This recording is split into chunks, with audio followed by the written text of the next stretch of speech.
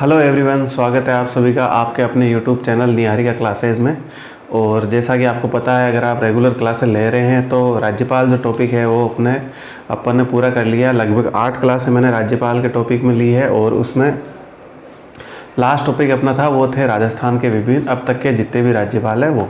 उसमें मैंने पूरे राज्यपाल नहीं कवर कराए हैं, जो मुझे लगा कि इम्पोर्टेंट है, एग्ज़ाम में आ सकते हैं, उनके सवाल बन सकते हैं, वही मैंने करवाए हैं। उसके अलावा मैंने राज्यपाल की एक लिस्ट शेयर कर दी है, उनमें उनका कार्यकाल कब कब रहा है, क्या विशेषताएँ रही, किस किसने त्यागपत्र दिया, कौन कौन जो न्यायाधीश रहे थे, कौन कौन कार्यवाहक रहे, कौन कौन अतिरिक्त प्रभार वाले थे, तो वो सारे अपन ने किसने त्यागपत्र दिए हैं वो सब अपन ने राज्यपाल वाली लिस्ट में मैंने आपको शेयर कर दिया। टेलीग्राम पर शेयर कर दिया है, अपना एक व्हाट्सअप ग्रुप भी है उस पर भी शेयर कर दिया है।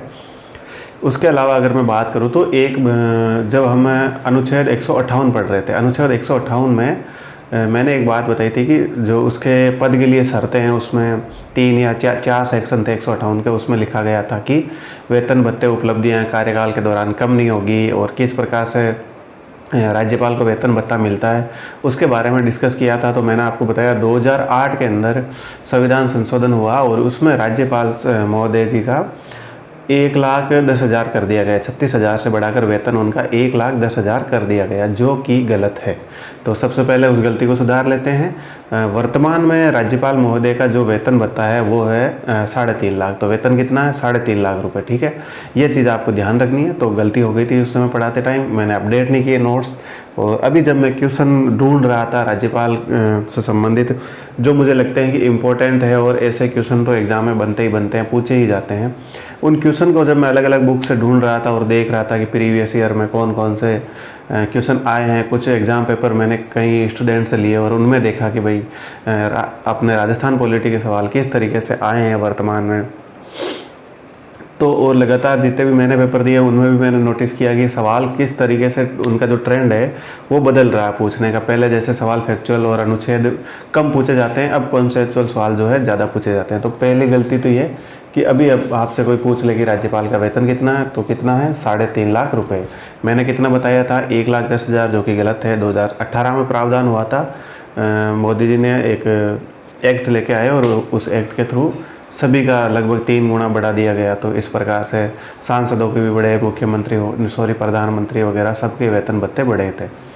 अब अपन आज की जो क्लास है उसका जो उद्देश्य ये है कि भाई टॉपिक तो पढ़ लिया, अब केवल टॉपिक पढ़ने से बात बनती नहीं है। एक्चुअल में क्या है कि जब तक आप सवालों के मैदान में नहीं कूदोगे तब तक आपको पता ही नहीं चलेगा कि पढ़ना कैसे है, सवाल कैसे पूछे जाते हैं, और किसी टॉपिक को किसी टॉपिक के बारे में आप अपनी अंडरस्टैंडिंग कैसे डेवलप करेंगे, ये क्वेश्चन से ही पता चलता है। जितने बेहतर तरीके से आप क्वेश्चन को अटेम्प्ट कर पाओगे, इसका मतलब ये है कि आपकी टॉपिक पर समझ बढ़ गई है। एक चीज़ और भी है, देखो आप किसी टॉपिक को पढ़ लेते हैं, टॉपिक को पढ़ लिया, चीज़ें तो समझ में आ गई, लेकिन जब आप क्वेश्चन करने बैठते हो ना तब पता चलता है कि अच्छा अब तो दिमाग इस्तेमाल करना पड़ेगा, अब मेमोरी काम में नहीं आएगी। अब आपका माइंडसेट क्या है, आप किस तरीके से चीज़ों के बारे में सोचते हो, आपने कैसे टॉपिक को समझा है, वो सारी क्वेश्चन देखने पे ही पता चलती है।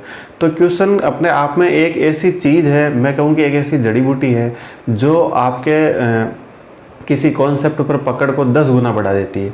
अभी ये चीज़ अपन क्वेश्चन में समझेंगे। देखो मैंने सेलेक्टिव क्वेश्चन ही यहाँ पे करवाऊंगा, सारे क्वेश्चन मैं नहीं करवाने वाला, क्योंकि मतलब ही नहीं है, फैक्ट इफेक्ट पूछे गए हैं। तो जो सेलेक्टिव है उन्हीं क्वेश्चन को करवाएंगे, और जिससे आपको लगे कि हाँ यार कुछ टॉपिक में समझ में आएगा। आप जब इन क्वेश्चन को पढ़ के भी वापस एक बार नोट्स रिवाइज करोगे तो अब मैं दावे से कह सकता हूँ आपको सब कुछ याद होने वाला। ठीक है, सबसे पहला क्वेश्चन ये है जो कि स्क्रीन पर आपको 3 नंबर पर दिख रहा है। थर्ड क्वेश्चन मैंने गोला भी कर रखा है। एमएम पुंची आयोग ने किसके द्वारा राज्यपाल पर महाअभियोग के प्रावधान की सिफारिश की? एमएम पुंची आयोग की कुछ सिफारिशें थी, ये बात मैंने उसमें नहीं लिखाई है। क्यों? क्योंकि इतनी सिफारिशें हैं कि आप लिख लिख के थक जाओगे। ठीक है, क्योंकि ये 4 साल की समितियां बैठती थी, अपनी रिपोर्ट देती थी, फिर सरकार चाहे तो माने, ना चाहे तो ना माने।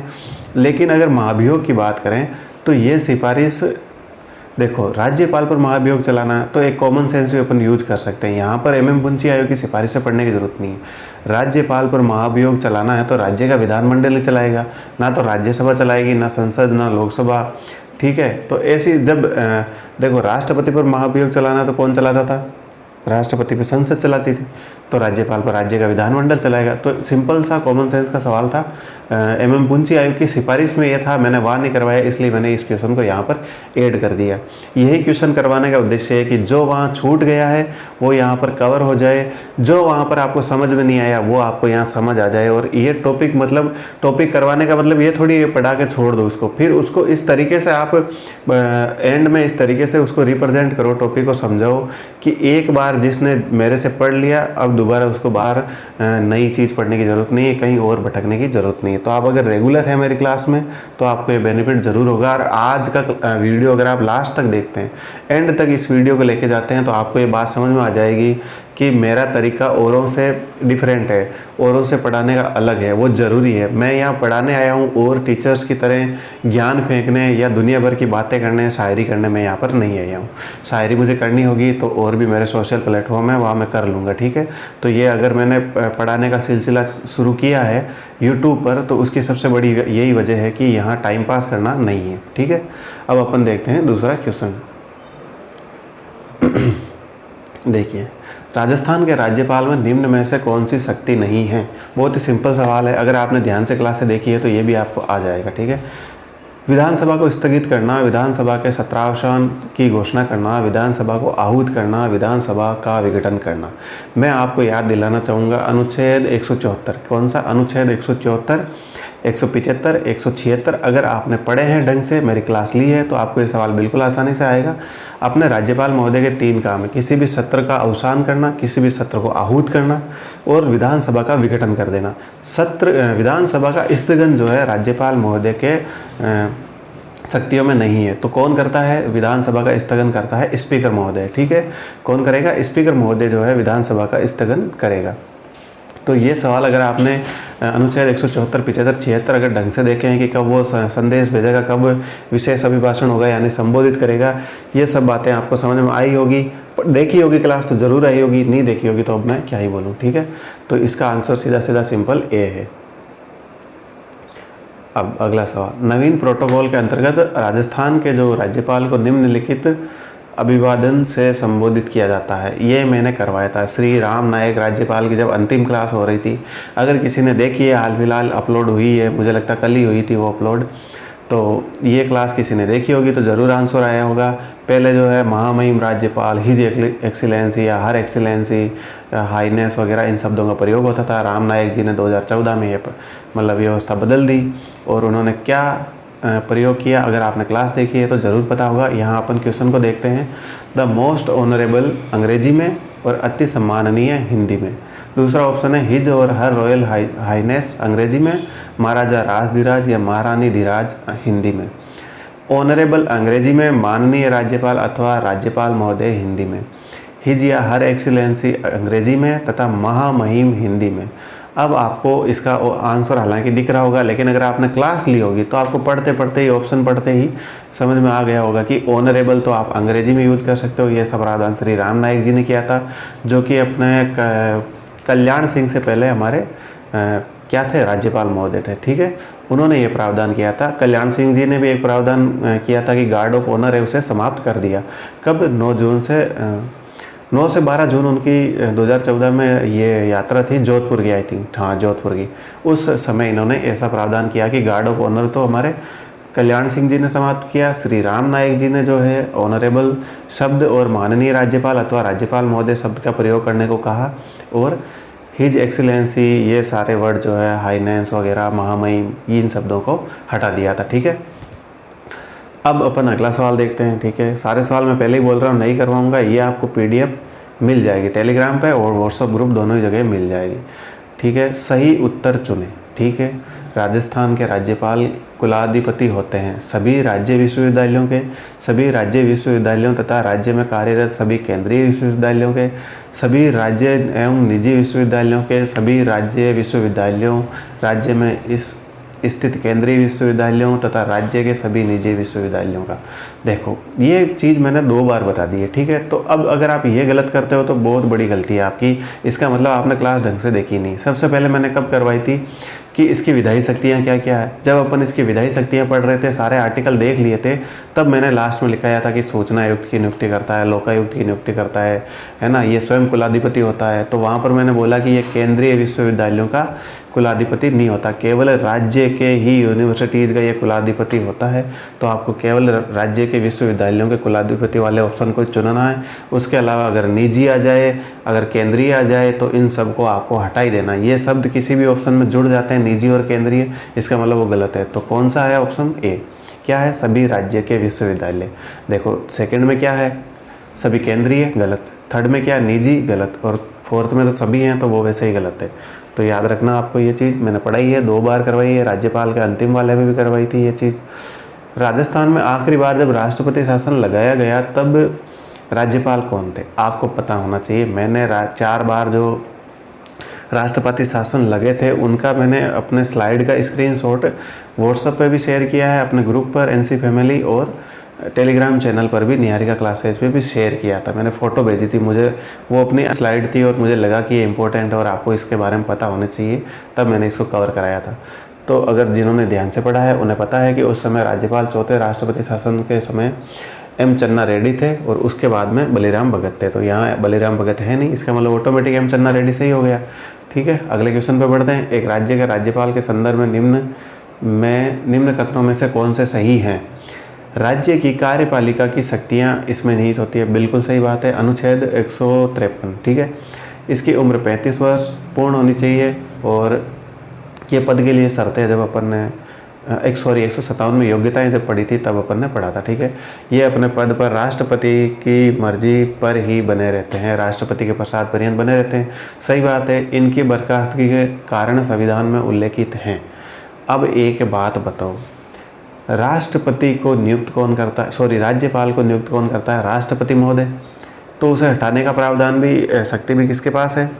राष्ट्रपति महोदय के पास है। उनके बर्खास्तगी के, उनको हटाने के कारण संविधान में कहीं पर भी उल्लेखित नहीं है। ये बात अपने आप में पूर्ण गलत है, ठीक है। तो पहले जो 3 ऑप्शन हैं कि राज्य की कार्यपालिका शक्ति उसमें निहित होती है, अपन ने पढ़ा था इसको, संपूर्ण कार्यपालिका शक्ति निहित होती है 154 में है, अनुच्छेद 154। 153 में है, एक प्रत्येक राज्य के लिए एक राज्यपाल होगा। 35 वर्ष आयु पूर्ण होनी चाहिए, भारत का नागरिक होना चाहिए, ये अपन ने देख लिया था उसकी योग्यताओं में। 157 में वह अपने पद पर राष्ट्रपति के प्रसाद पर्यंत तक बना रहता है, ये भी बात सही है, ठीक है। ये अपन ने उसके कार्यकाल में देखा था। तो पहले जो ए बी सी हैं वो बिल्कुल सही है। तो आपको कौन सा कोड चेंज करना है? देखो ऑप्शन नंबर 2 में ए बी सी है तो ये सही है, चौथा गलत है तो ऑटोमेटिक बाहर हो जाएगा। अगला सवाल अगर अपन देखें, नीचे 2 कथन दिए गए हैं और नीचे 2 कथन दिए गए हैं, आपको एक को अभिकथन ए, दूसरे को कारण आर का नाम दिया गया। आपको स्टेटमेंट पढ़ना है, कथन पढ़ना है और उसका कारण भी पढ़ना है। फिर आपको पता लगाना है कि कथन और कारण पहले तो सही है कि नहीं है। फिर अगर कथन सही है, कारण भी सही है, तो क्या कारण जो है वो कथन की सही व्याख्या कर रहा है कि नहीं कर रहा है, ये बात अपन को पता लगानी। तो पढ़ लेते हैं पहले कथन। कथन है कि सरकार या कमीशन की सिफारिश के अनुसार अनुच्छेद 356 का प्रयोग कम से कम होना चाहिए। ये कॉमन सेंस का सवाल है। अनुच्छेद 356 के संबंध में सरकारी आयोग की विभिन्न शर्तें थी और कथन अपने आप में सही है, ठीक है। कारण है कि जिन राजनीतिक दलों ने केंद्र में सरकार बनाई उन्होंने अनुच्छेद 356 का दुरुपयोग किया। अब आप एक बात बताइए, राजस्थान में जब 4 बार राष्ट्रपति शासन लग गया है और अलग अलग समय इसके दुरुपयोग हुआ तभी तो ये सिफारिश आई है, नहीं तो ये आयोग बैठते ही नहीं। 3-4 प्रशासनिक सुधार हो गए, पुंछी आयोग हो गया, राजमन्नार आयोग हो गया, ये सब बैठते ही नहीं। ये परिस्थिति पैदा हुई अनुच्छेद आर्टिकल 356 का जब दुरुपयोग हुआ तभी तो आयोग बैठे हैं। तो इसमें तो कोई ऐसा पढ़ने वाली भी चीज़ नहीं है, ये तो कॉमन सेंस का सवाल था बिल्कुल ही। हाँ बिल्कुल, कथन ए सही है, सरकारी आयोग ने ऐसी सिफारिश की थी और इसका कारण भी सही है कि राजनीतिक दलों ने अनुच्छेद 356 का दुरुपयोग किया, तब जाके ऐसी स्थिति बनी और ये सिफारिश होने लगी। हालांकि सिफारिश माने नहीं गई, पर यहाँ देखें तो अपन को क्वेश्चन से मतलब है, कथन सही है, उसका कारण सही है और कारण उसकी सही व्याख्या भी करता है। ये कौन सा है? थर्ड ऑप्शन सही है, ठीक है। ए और आर दोनों सही है, आर ए की सही व्याख्या है। ऐसे सवाल आगे भी आएंगे जहाँ पर ये लिखा हुआ नहीं रहेगा कि ए आर सही है, ए आर सही नहीं है, ए आर दोनों सत्य है, सही व्याख्या करता है, दोनों सत्य है, सही व्याख्या नहीं करता है। तो उन सवालों में एक बार फिर से आपको बता दूंगा, पर आपको ध्यान रखना कि ऐसे सवाल आगे भी आएंगे। अगला सवाल, निम्न पर विचार कीजिए और नीचे दिए गए कूटों का प्रयोग करते हुए सही उत्तर का चयन कीजिए। राज्यपाल अपने पद ग्रहण करने से पूर्व शपथ लेगा या प्रतिज्ञान करेगा? सिंपल सी बात है, कोई भी अपना पद ग्रहण करने से पहले शपथ लेता ही लेता है। शपथ या प्रतिज्ञान का प्रारूप भारतीय संविधान की 3री अनुसूची में है। मैंने बिल्कुल ध्यान से पढ़ाया था, आपको सबको पता होना चाहिए। राज्यपाल उच्च न्यायालय के मुख्य न्यायमूर्ति या उसकी अनुपस्थिति में ज्येष्ठतम न्यायाधीश के समक्ष शपथ या प्रतिज्ञान करता है। ये बात भी सही है, मैंने तभी पढ़ाया था जब 3री अनुसूची का जिक्र हुआ कि राज्यपाल की शपथ जो है वो 3री अनुसूची में है। उसके अलावा शपथ या प्रतिज्ञान की प्रक्रिया संविधान के अनुच्छेद 159 में दी गई है। 159 में शपथ या प्रतिज्ञान की क्या दी गई है? बिल्कुल दी गई है। 157 में क्या है? योग्यताएं। 158 में क्या है? पद के लिए शर्तें। 159 में क्या है? शपथ या प्रतिज्ञान। तो कौन सा ऑप्शन सही है? 17 में चारों ही सही है, इसका मतलब सभी सही है। ठीक है, देखो फोर्थ ऑप्शन 1 2 3 4 सही है। विधानमंडल द्वारा पारित विधेयक को भारत के राष्ट्रपति के द्वारा पुनः विचार के लिए राज्यपाल द्वारा आरक्षित करने की शक्ति के बारे में निम्न कथनों पर विचार कीजिए। किसी भी विधेयक को राष्ट्रपति के विचार के लिए स्वीकृत करने की शक्ति। देखो, इन कथनों पर विचार करना और हमें बताना कि कौन कौन से सही है और कौन से नहीं है। यदि है राज्य के नीति निर्देशक तत्वों के परोक्ष रूप से विरुद्ध, मैंने बोला था एसपी को DPSP directive of state principle को कोई भी काउंटर करने वाला अगर विधेयक बनेगा तो वो क्या होगा? सीधा राष्ट्रपति के विचारार्थ राज्यपाल भेज देगा।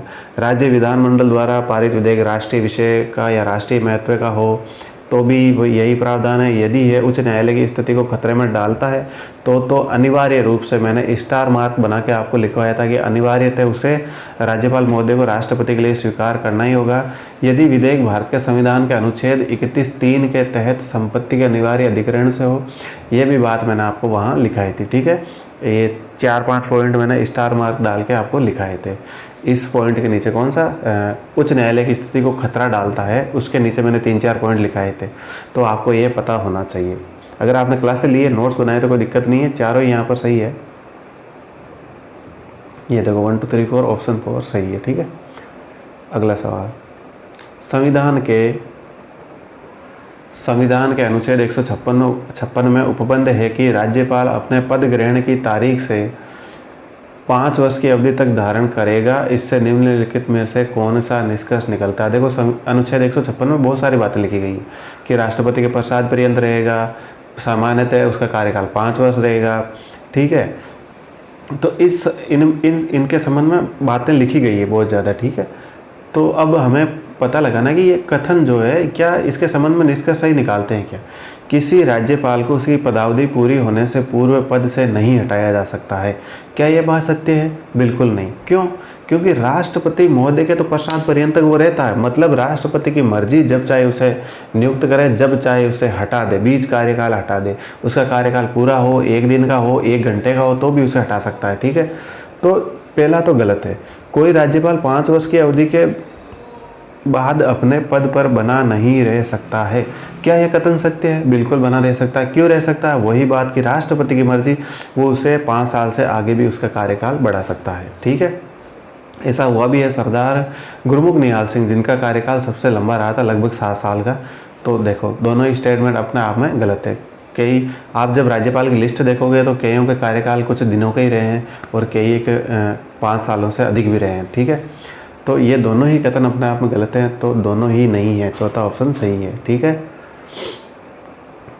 अब देखिए इसे क्वेश्चन नंबर 24 को मैंने गोला कर रखा है। निम्नलिखित में से कौन सा कथन सही है? भारत में एक व्यक्ति एक ही समय 2 या 2 से अधिक राज्यों का राज्यपाल नियुक्त किया जा सकता है। क्या ये बात सही है? बिल्कुल सही है। एक व्यक्ति को एक का प्रावधान हुआ था 7वां संविधान संशोधन में धारा 6 के तहत यह प्रावधान हुआ था, जब राज्यों का पुनर्गठन आयोग हुआ।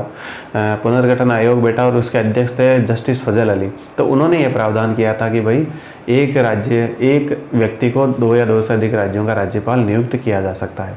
भारत में राज्यों के उच्च न्यायालयों के न्यायाधीश राज्यपाल द्वारा उसी प्रकार नियुक्त किए जाते हैं जिस प्रकार सर्वोच्च न्यायालय के न्यायाधीश राष्ट्रपति द्वारा तो ये बिल्कुल सही बात है। राष्ट्रपति भी न्यायाधीशों की नियुक्ति करता है सुप्रीम कोर्ट में, और राज्य के हाई कोर्ट में नियुक्ति कौन करता है? अपने राज्यपाल महोदय। लेकिन इसमें एक बात ध्यान रखने वाली है, वो कि यहाँ राष्ट्रपति का परामर्श जो है अनिवार्य है। राज्यपाल के लिए राष्ट्रपति का परामर्श अनिवार्य है। किस संबंध में? हाई कोर्ट के न्यायाधीशों की नियुक्ति के संबंध में। भारत के संविधान में राज्यपाल को उसके पद से हटाने संबंधी प्रक्रिया का निर्धारण बिल्कुल नहीं किया गया। सही बात है, तो ये स्टेटमेंट गलत है। और अगर किसी संघीय क्षेत्र में कोई विधायिका है, मतलब यूनियन टेरिटरी, ठीक है, केंद्र शासित प्रदेश में कोई विधायिका है, तब मुख्यमंत्री की नियुक्ति उपराज्यपाल द्वारा बहुमत के समर्थन के आधार पर की जाएगी। ऐसा जरूरी नहीं है। राज्यपाल के पास जो है स्वविवेकीय शक्तियाँ हैं, और वो किसी को भी बहुमत साबित करने के लिए बुला सकता है, ठीक है, किसी को भी नियुक्त कर सकता है मुख्यमंत्री। तो यहाँ पर जो सही कथन है वो है, कौन कौन से सही कथन है? एक मिनट, क्या गलती हुई यहाँ पर, वापस पढ़ते हैं एक बार। भारत में एक व्यक्ति एक ही समय 2 या 2 से अधिक राज्यों का राज्यपाल नियुक्त नहीं किया जा सकता। ये गलत है, किया जा सकता है। मैंने बताया ही है अभी जस्ट आपको, पहले मैंने पूरा नहीं पढ़ा इसको, गलती।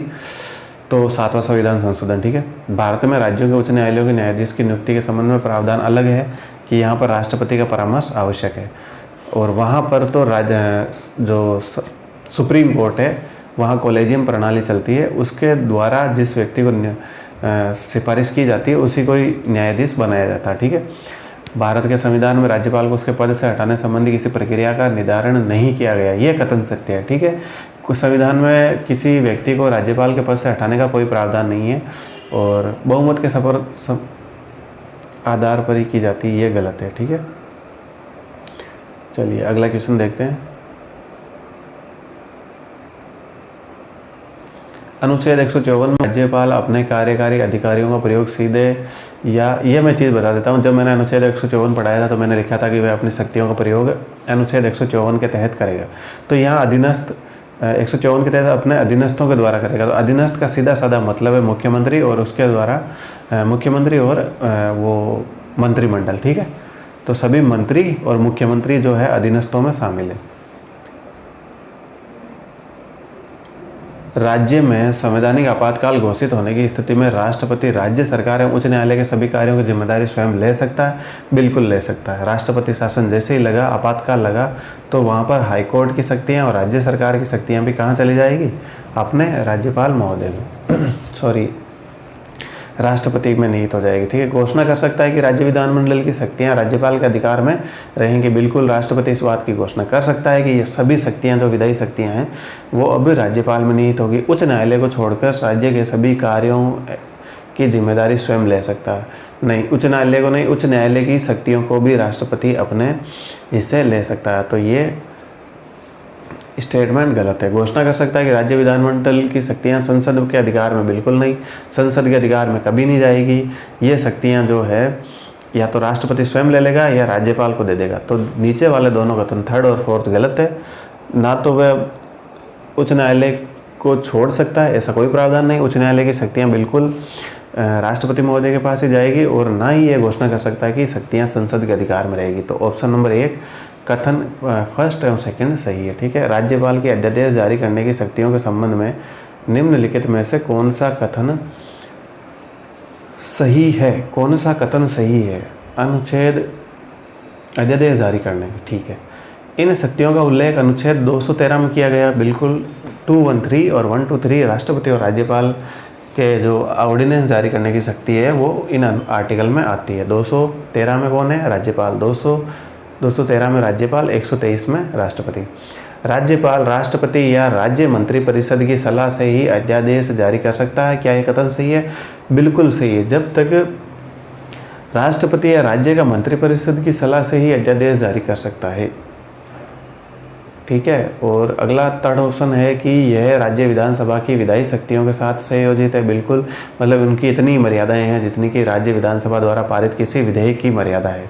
ऑर्डिनेंस की भी उतनी ही मर्यादा है, उतना ही उसका दायरा है, उतनी ही उसकी शक्ति है। अध्यादेश केवल राज्य विधानसभा के अवसान के समय ही जारी किया जा सकता है, न कि राज्य विधान परिषद।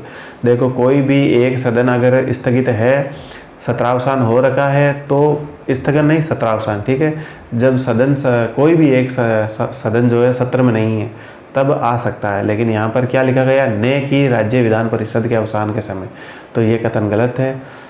राज्यपाल द्वारा जारी अध्यादेश को कभी वापस नहीं लिया जा सकता, गलत है, लिया जा सकता है, ठीक है। जब 213 मैंने पढ़ाया तो आपको बहुत ही डिटेल में मैंने ये चीज़ें समझाई है, और मैंने राष्ट्रपति से तुलना करके भी इनकी शक्तियों को समझाया राज्यपाल महोदय की। तो क्लास से देखी होगी तो मुझे नहीं लगता कोई सवाल गलत होने वाला है, और क्लास में कुछ बच गया तो यहाँ पक्का पूरा हो जाएगा, ठीक है। तो 1 2 3 सही है, थर्ड ऑप्शन 1 2 3 सही है, ठीक है। चलिए इस क्वेश्चन को देखते हैं अपन। कथन क्या है कि राज्यों में मंत्रिमंडल के उत्तरदायित्व का सिद्धांत संघ के मंत्रिमंडल के उत्तरदायित्व के सिद्धांत से भिन्न है क्या?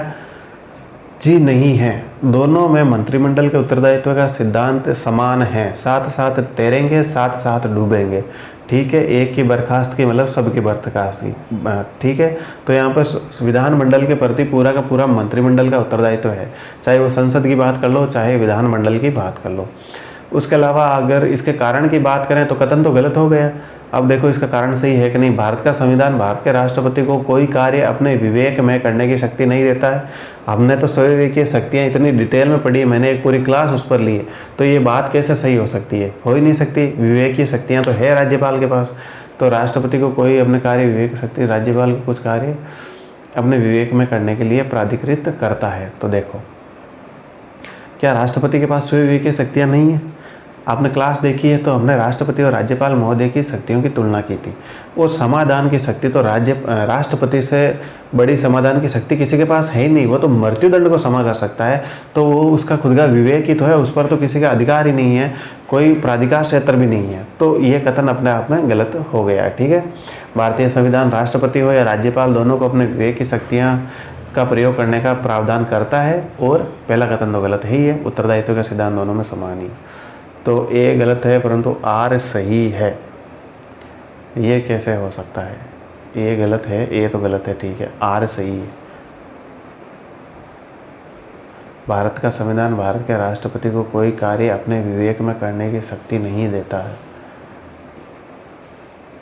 कैसे नहीं देता है? बिल्कुल दे रखी है। स्वविवेकीय शक्तियाँ हमने दोनों की पढ़ी थी, डिटेल में पढ़ी थी, इनके तुलना भी की थी अपन ने। समाधान की शक्ति राष्ट्रपति की स्वविवेकीय शक्ति ही है, और क्या है? फिर ये गलत कैसे है? ए गलत है, बिल्कुल सही है, परंतु आर सही है। आर कैसे सही है? क्या राष्ट्रपति को कोई कार्य अपने विवेक में करने की शक्ति? बिल्कुल है, राष्ट्रपति के पास विवेक की शक्ति कैसे नहीं है?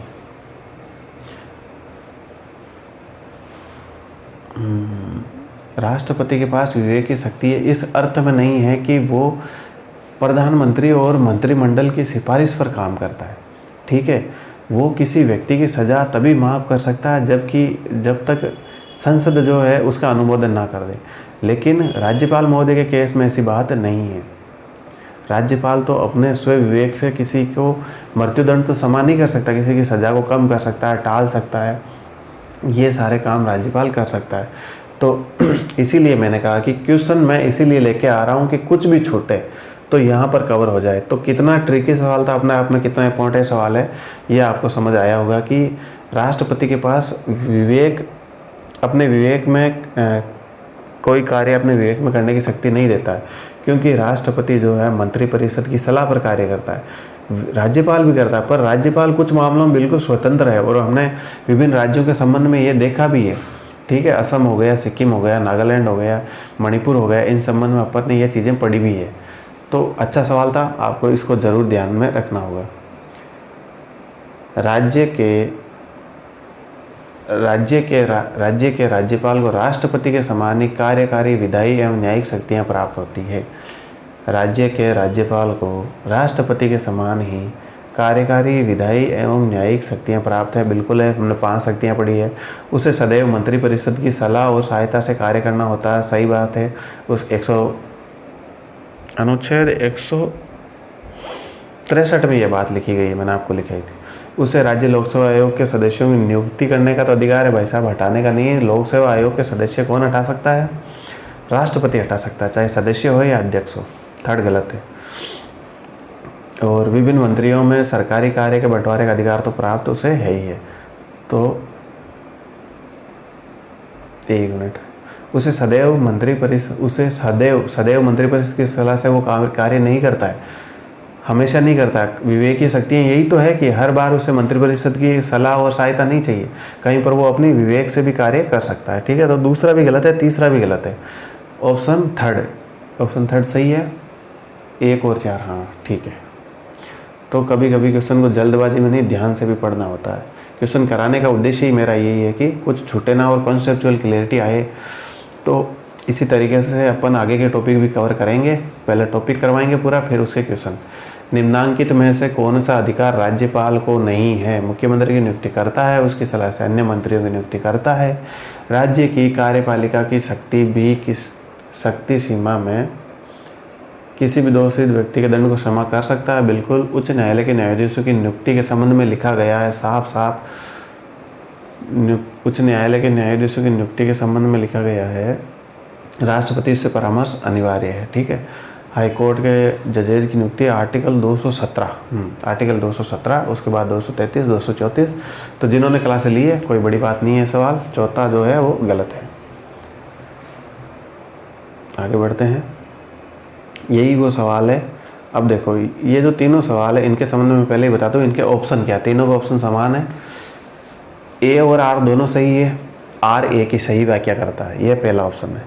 ए और आर दोनों सही है, आर ए की सही व्याख्या नहीं करता है, ये दूसरा ऑप्शन है। ए और आर दोनों गलत है, ए सही है, आर गलत है।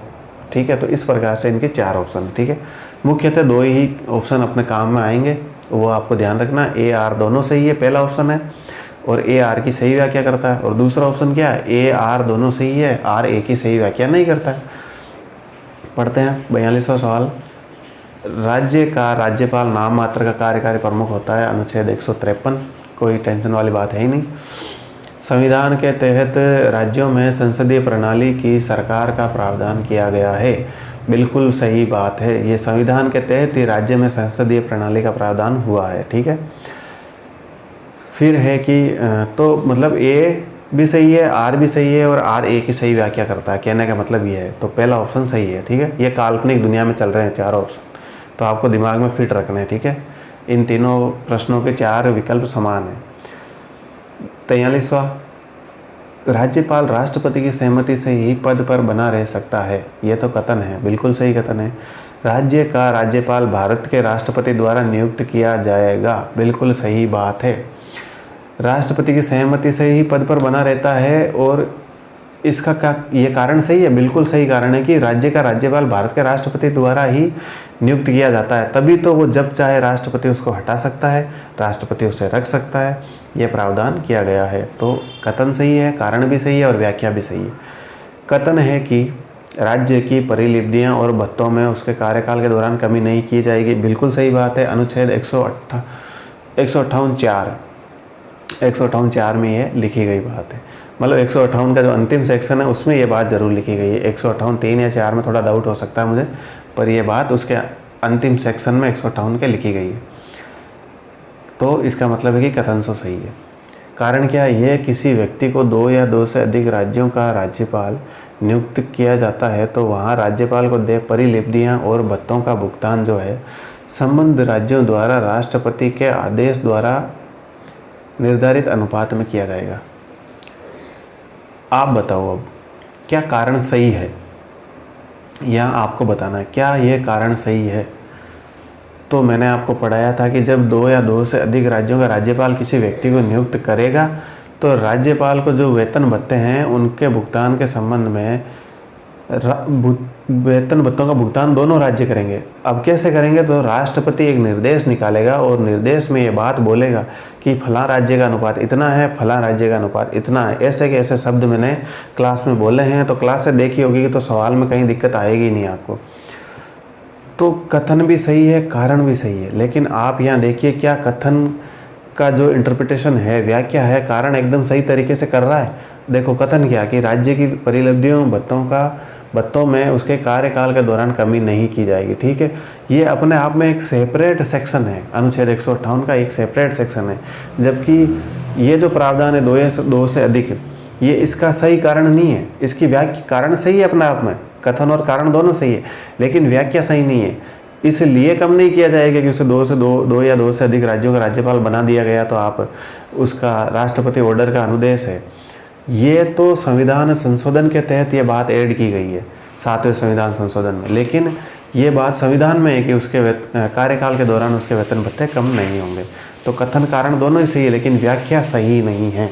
तो ऑप्शन 2 कि कथन और कारण दोनों सही है, परंतु कारण जो है कथन की सही व्याख्या नहीं करती है। ऑप्शन 2 सही है। ठीक है, ऑप्शन 2 सही है। ये एक सेकंड, हाँ। निम्नलिखित में से कौन सी किसी राज्य के राज्यपाल को दी गई विवेकाधीन शक्तियाँ राज्य के राज्यपाल को दी गई विवेकाधीन शक्तियों को बताना आपको बहुत अच्छे से अपन ने पढ़ी है। विवेकाधीन शक्तियाँ, राज्यपाल की स्वविवेकीय शक्तियाँ, भारत के राष्ट्रपति को राष्ट्रपति शासन अध्यारोपित करने के लिए रिपोर्ट भेजना, सही है, बिल्कुल सही है। मंत्रियों की नियुक्ति करना, ये स्वविवेकीय शक्ति नहीं है उसकी, ये तो संविधान में उल्लेखित है। अनुच्छेद 164 ढंग से पढ़ा हो तो आपने 164, 165 यही है महाधिवक्ता, मंत्रियों की और मुख्यमंत्री की नियुक्ति करना। ठीक है।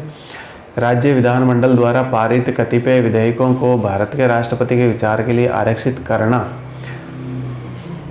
क्या ये उसकी स्वविवेकीय शक्ति है? बिल्कुल है। कैसे? कुछ विधेयकों के संबंध में वो राष्ट्रपति को स्वविवेकीय शक्ति के लिए विधेयकों को आरक्षित कर सकता है। ये उसकी स्वविवेकीय शक्तियाँ हैं, हमने पढ़ी है, मैंने 5 पॉइंट लिखाए हैं, जिसमें एक कंपलसरी है। वो कौन सी है कि अगर राज्य के हाईकोर्ट की स्थिति खतरे में डालता है तो उसको कंपलसरी है कि वह राष्ट्रपति के लिए विधेयक को आरक्षित कर दे। तो पहला सही है, दूसरा गलत है, तीसरा सही है, चौथा ऑप्शन देखते हैं। राज्य सरकार के कार्य संचालन के लिए नियम बनाना, ये गलत है, ये स्वविवेकीय शक्ति नहीं है। तो पहला और तीसरा, ऑप्शन 2 पहला, केवल 1 और 3। ठीक है, चलिए अब आगे बढ़ते हैं। ये अब देखो, अब ये किसी दूसरी किताब के सवाल हैं, तो मैंने अलग अलग किताबों से ही सवाल उठाए ताकि कुछ भी पीछे बचे ना, और जो क्लास में बच गया वो यहाँ पर कवर हो जाए। किसी राज्य के राज्यपाल के संबंध में सही कथन का चयन करें। उनके भारत के मुख्य न्यायाधीश द्वारा नियुक्त करते हैं, भारत के मुख्य न्यायाधीश नियुक्त करते हैं। नियुक्ति देखो नहीं करता, नियुक्ति तो राष्ट्रपति करता है, शपथ ये दिलाता है। भारत के मुख्य न्यायाधीश भी नहीं, राज्य के मुख्य न्यायाधीश शपथ दिलाता है। तो यह कथन तो अपने आप में पूरा ही गलत है। ये जो है वे राष्ट्रपति की इच्छा के अनुसार पद पर रहते हैं, सही बात है। राज्य की कार्यकारी शक्ति उनमें नहीं होती है, सही बात है। सामान्यतः 5 वर्ष के लिए पद पर रहते हैं, ये भी अपने आप में क्या है, सही बात है। तो पहला ही कथन गलत है। अब दूसरा, तीसरा, चौथा, थर्ड ऑप्शन में है। ठीक है, तो थर्ड ऑप्शन सही है। कौन सा विकल्प सही है? देखो ऐसे सवाल करने बहुत ज़रूरी है, तभी आपको थोड़ा क्लैरिटी आएगी माइंड में। राज्यपाल ये घोषित करेगा कि वह विधेयक को राष्ट्रपति के विचार के लिए आरक्षित रख सकता है। तो राष्ट्रपति के विचार के लिए आरक्षित रखना, ये प्रावधान तो किया गया है अनुच्छेद 200 में। कौन से अनुच्छेद में? अनुच्छेद 200 में। और राष्ट्रपति राज्यपाल को यह निर्देश दे सकेगा कि वह विधेयक को सदन को लौटा दे। तो सदन को वापस लौटाना, यह प्रावधान किया गया अपने 201 में। तो दोनों ही कथन सही है। ठीक है, दोनों ही कथन सही है। थर्ड ऑप्शन बिल्कुल सही है अपना आप में। आयोग जिसने राज्यपालों के लिए 5 वर्ष के एक निश्चित कार्यकाल की संस्तुति की है, वह आयोग जिसने राज्यपाल का ये बताया कि राज्यपाल का जो आयोग है वो फिक्स होना चाहिए। इससे पहले अपन ने एक आयोग पढ़ लिया था शायद, वो आयोग ये कहता था कि राज्यपाल के संबंध में उसने एक बात बोली थी, महाभियोग की प्रक्रिया जो है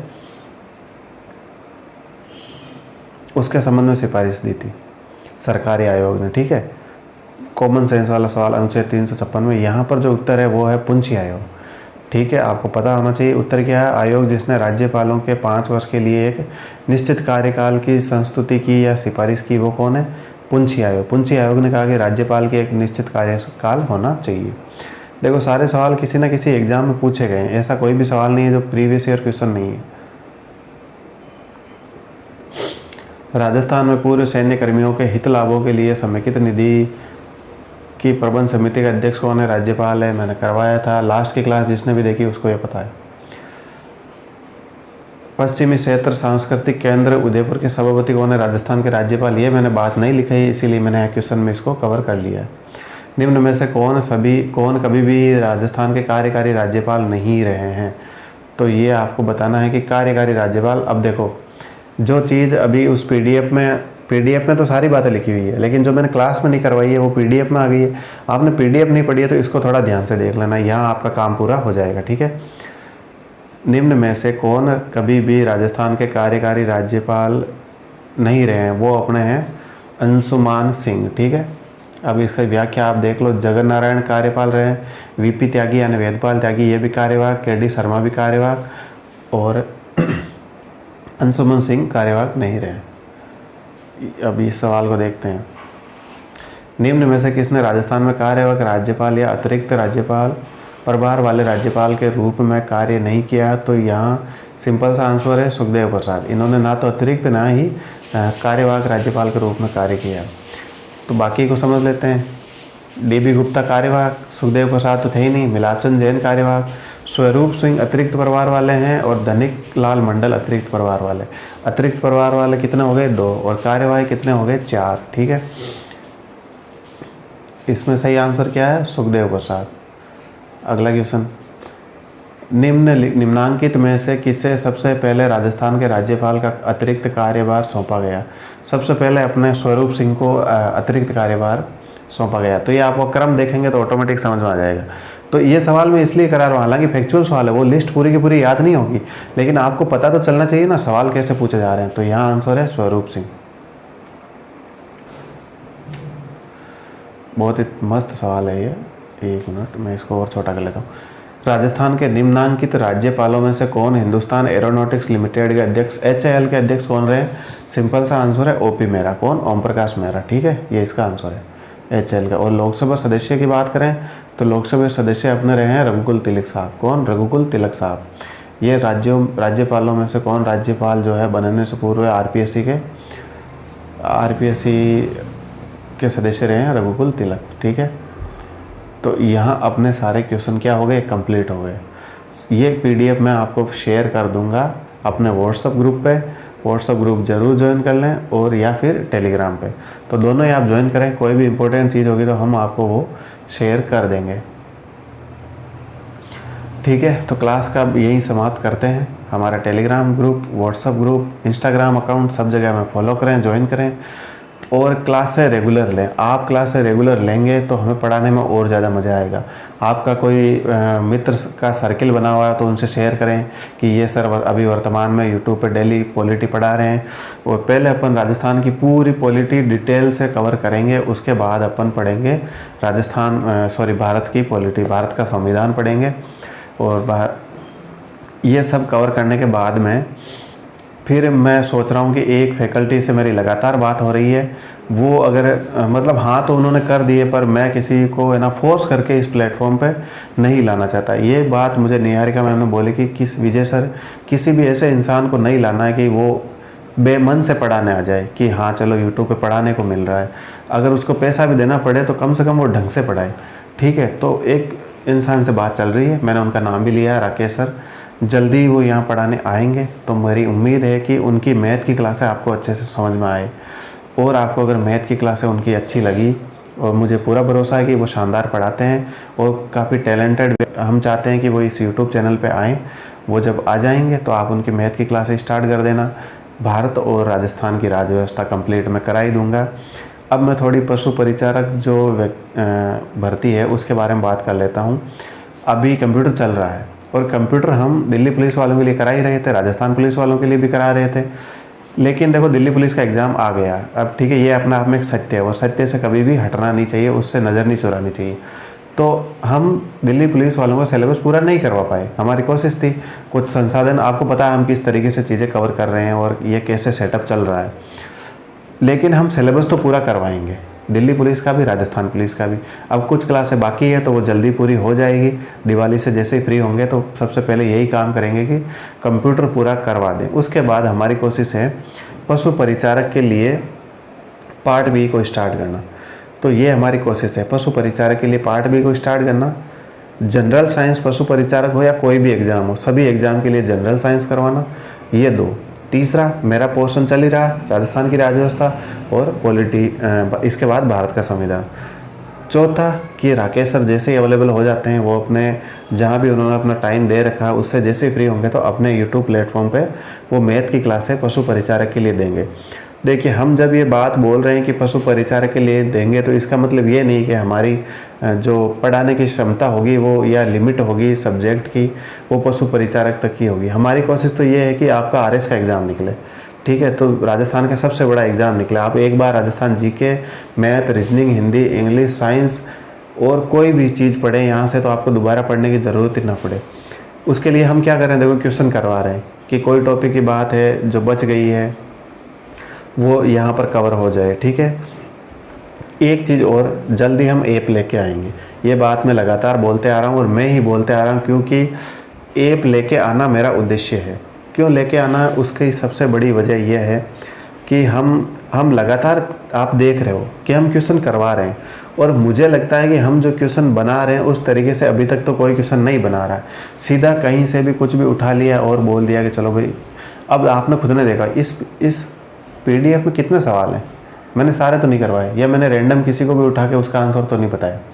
मुझे 30 सवाल कराने थे, 35 सवाल कराने थे, मैं यहीं करवा के रुक जाता, मैं आगे क्यों जाता। फिर मैंने आगे के क्वेश्चन क्यों उठाए, क्यों मैंने 4 किताबें और देखी, क्यों मैंने पेपर देखे, क्योंकि हमने ये अलग अलग टाइम पर समझा है कि क्वेश्चन ऐसे ही करने से कुछ नहीं होगा कि आप प्रैक्टिस करो प्रैक्टिस करो प्रैक्टिस करो। कम से कम टीचर जब क्वेश्चन करवाए तो कम से कम ऐसे सेलेक्टिव क्वेश्चन करवाए कि वो पूरे कॉन्सेप्ट को ही क्लियर कर दे। और जब ये कॉन्सेप्ट में क्लियरिटी आएगी, देखो एक जगह सदैव शब्द का क्या इस्तेमाल हो गया और वहाँ अपन का ऑप्शन ही गलत हो जाता। तो टीचर जब करवाए तो इस तरीके से करवाए कि बच्चों के क्वेश्चन जब वही एग्जाम में पूछे जाएँ या उनसे मिलते जुलते पूछे जाएँ तो वो गलत हो ही ना। और ऐसे ही 2-2, 3-3 सवाल, 2-3 सवाल राजस्थान के राज्यपाल से हो गए, मतलब राज्य व्यवस्था से हो गए। ऐसे ही 2-3 सवाल भारत के संविधान से हो गए। ऐसे ही 2-3 सवाल कंप्यूटर से हो गए। ऐसे ही 2-3 मैथ से हो गए। ऐसे ही 2-3 सवाल जनरल साइंस से हो गए। ऐसे करके 5-6 सब्जेक्ट के मिलके 20 सवाल बन जाते हैं। और 20 सवाल आप अन्य लोगों से अगर सही कर देते हैं, गलत नहीं करते हैं, वो तो करेंगे गलत, आप करेंगे सही, तो वो जाएंगे नेगेटिव में, आप जाओगे प्लस में। तो 20 सवाल का मतलब अगर एक सवाल के 2 नंबर भी माने तो इसका मतलब क्या हो गया, 40 नंबर। तो ये आपको 2 गुना में नहीं, ये फाइनल सिलेक्शन में लेके आएगा। तो टीचर जब क्वेश्चन लेके आता है तो उसका उद्देश्य ये होना चाहिए, ये नहीं कि एक ही टेस्ट सीरीज को उसी टेस्ट सीरीज को दूसरे एग्जाम में जोड़ दिया, उसी को तीसरे में जोड़ दिया, उसी को चौथे में जोड़ दिया और ऐप पर टेस्ट दिए जा रहे हैं। तो कोई ऐसा तुक नहीं होना चाहिए। कोई भी एग्ज़ाम है उसकी क्या रिक्वायरमेंट है उसको ध्यान में रखना चाहिए। क्वेश्चन टीचर के खुद के सिलेक्ट किए हुए होने चाहिए और एटलीस्ट जब टीचर समझा रहा हो तो उसे पता होना चाहिए कि मैंने क्या पढ़ाया। वो ऐसे ही हाँ देखो ये सही है, ये सही है, ये सही है, ऐसा नहीं होना चाहिए। वो उसके पीछे तर्क देके देखो मैंने ये बात तब लिखवाई थी। तो ये हमारी कोशिश है कि क्वेश्चन जब भी सिलेक्ट हो तो हम खुद उस पर मेहनत करें, उस क्वेश्चन को समझें और क्या ये क्वेश्चन पढ़ाना चाहिए, बिल्कुल पढ़ाना चाहिए कि नहीं पढ़ाना चाहिए, ये भी हमारे माइंड में क्लियरिटी होनी चाहिए। तो ये उद्देश्य है मेरा ऐप लाने का कि हम टेस्ट सीरीज़ पे लगातार काम करते आए हैं। इवन हमने लोगों को टेस्ट सीरीज़ के बारे में सजेशन भी दिए हैं कि भाई आप, और लोगों ने टेस्ट सीरीज़ हमसे बनवाई भी है। मेरे कुछ दोस्त भी हैं जो लगातार टेस्ट सीरीज़ अलग अलग ऑनलाइन प्लेटफॉर्म के लिए बना रहे हैं। तो ये एक ग्रुप है हमारा जो टेस्ट सीरीज़ पे काम कर रहा है। तो हम चाहते हैं कि ये ग्रुप अब हमारे ही प्लेटफॉर्म के लिए, जब हम सब काम कर रहे हैं यूट्यूब के लिए, तो हम सब काम करें अपने ही किसी प्लेटफॉर्म के लिए। तो यही सबसे बड़ी वजह है कि अगर हमें टेस्ट का फ़ायदा देना है तो अपने विद्यार्थियों को दे, अपने प्लेटफॉर्म से जुड़े हुए लोगों को दे। तो यहीं मैं अपनी बात को विराम देता हूँ। बहुत लंबी बात हो गई, क्वेश्चन भी बहुत ज़्यादा हो गए। मुझे उम्मीद है जब हमारा ऐप आएगा उस पर टेस्ट सीरीज आएगी तो आप हमें पूरा सपोर्ट करेंगे। और हमारी कोशिश ये है कि 1000 1500 के टेस्ट सीरीज, अभी मैं देख रहा हूँ कि 1500 2-2 के तो टेस्ट सीरीज बेचे जा रहे हैं और 9-9 10-10 20-20 40-40 के कोर्स बेचे जा रहे हैं। तो पता नहीं ऐसे कोर्स में क्या है। और उसके बाद भी सक्सेस रेट देख लो आप किसी भी कोचिंग की, तो 3 से 4% नहीं है। ये सक्सेस रेट है किसी भी कोचिंग की, आप उठा के देख लो। बाकी तो जो रैंक वगैरह है वो कैसे डिसाइड होती है, कैसे इनको हायर किया जाता है और रातों रात उनके पोस्टर छप जाते हैं, तो वो सब महिमा अलग ही चलती है और रासलीला अलग ही है। उसके बारे में मैं नहीं बोलूँ तो सही है। मेरा काम पढ़ाने का है, पढ़ाते रहेंगे और आपके लिए अच्छे अच्छे वीडियोस बनाते रहेंगे। आपको कॉन्सेप्ट जब क्लियरिटी मेरा उद्देश्य एक ही रहा है शुरू से ही कि जब तक दिमाग में क्लियरिटी नहीं है तब तक पेपर में तो होनी ही नहीं है, ठीक है। तो इसी उद्देश्य के साथ मैं पढ़ाता हूँ और अपनी बात को ख़त्म करते हैं। वीडियो को लोगों के साथ शेयर कीजिए, टेलीग्राम, व्हाट्सअप और इंस्टाग्राम तीनों जगह हमें फॉलो कर लीजिए, ज्वाइन कर लीजिए और ग्रुप हमारा ज्वाइन कर लीजिए। और इसी के साथ आज की क्लास को समाप्त करते हैं, ठीक है।